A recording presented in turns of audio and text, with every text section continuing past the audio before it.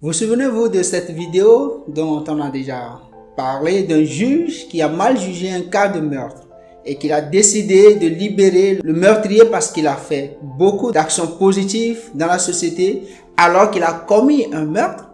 En résumé de cette vidéo précédente, nous pouvons dire que Dieu jugera justement toutes nos mauvaises actions qu'on aura commises et il n'oubliera aucune de nos petites mauvaises actions. En fait, les bonnes actions ne compenseront pas les mauvaises que nous aurions commises. Pour un petit mensonge ou un meurtre, la sentence est la même. C'est la mort. Parce qu'il est écrit dans Romains 6, le verset 23, que le salaire du péché, c'est la mort. Sauf si on peut payer la caution pour échapper à la sanction. Mais au même moment, la parole nous dit que c'est impossible de payer cette caution pour échapper à la sanction. Dans le psaume 49, le verset 7 à 8, il est écrit qu'un homme ne pourra racheter son frère, ni payer à Dieu sa rançon. C'est Dieu lui-même qui pourra payer cette caution. Dans tout l'Ancien Testament, nous voyons des images où Dieu lui-même travaille pour le salut des âmes. Par exemple, il a offert lui-même un vêtement à Adam et à Ève après avoir chuté, et des vêtements qui ont impliqué un sacrifice animal. Et aussi, lui-même, il a offert du bélier nécessaire à Abraham à la place de son fils Isaac.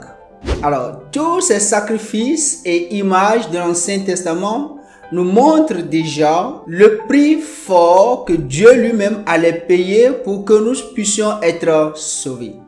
Cela s'est réalisé, s'est révélé au travers le sacrifice du Seigneur Jésus sur la croix.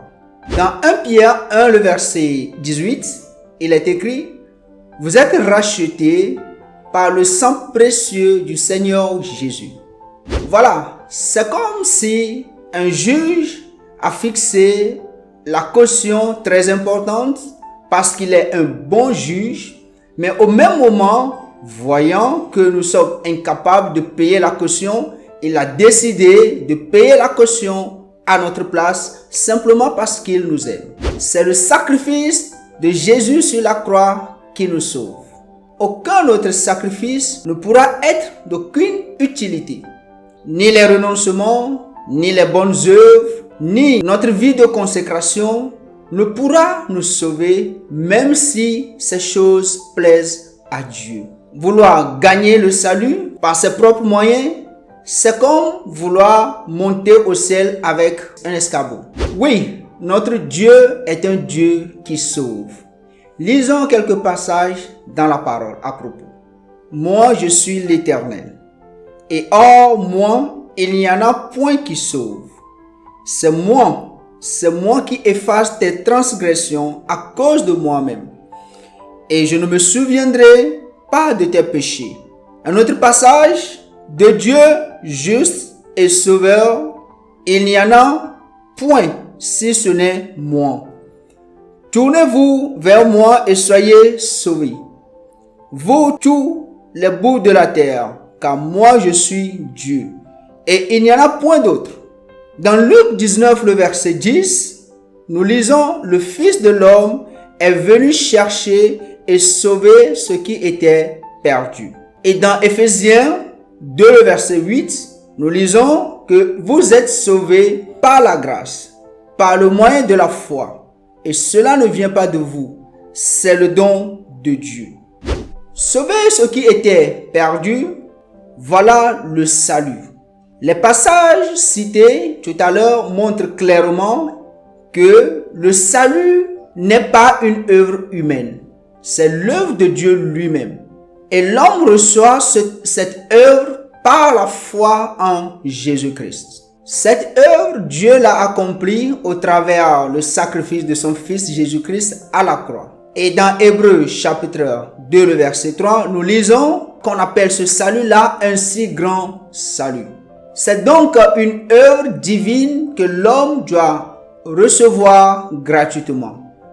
parce que tout est déjà fait. On entend souvent dire que, mais si c'est gratuit et si c'est seulement par la foi qu'il faut être sauvé, alors c'est trop facile. Et à propos de cela, voyons un peu ce que les évangiles disent. Dans Jean 3, le verset 36, il est écrit « Qui croit au Fils a la vie éternelle ». Et dans ce même chapitre, verset 16, il est écrit « Car Dieu a tant aimé le monde qu'il a donné son Fils unique, afin que quiconque croit en lui ne périsse point, mais qu'il ait la vie éternelle. » Et dans Jean 5, le verset 24, il est écrit « en vérité, celui qui entend ma parole et qui croit en celui qui m'a envoyé a la vie éternelle. Et il est passé de la mort à la vie. » Alors, si nous nous arrêtons simplement sur ces versets en se posant la question, qu'est-ce qu'il faut faire pour être sauvé? La réponse est claire. Il faut croire. Mais pour croire, il faut au prime abord que vous vous reconnaissiez que vous êtes un pécheur et que vous ne pouvez pas en aucun cas sauver votre âme par vous-même, par vos propres efforts, et que vous avez besoin d'un sauveur. Et enfin, accepter l'œuvre du Seigneur Jésus par lequel Dieu a proposé sauver l'humanité tout entière. Cela demande du courage et de l'humilité, d'accepter qu'on ne peut rien y faire par soi-même pour être sauvé. Et comme Pierre, tombant sur ses genoux, nous pourrons dire « Je suis un homme pécheur ». C'est aujourd'hui qu'il faut faire ce choix. Si vous reconnaissez que vous n'avez pas la capacité de payer la rançon de votre âme, c'est maintenant le jour du salut où il faut accepter l'œuvre de Jésus-Christ à la croix pour être sauvé.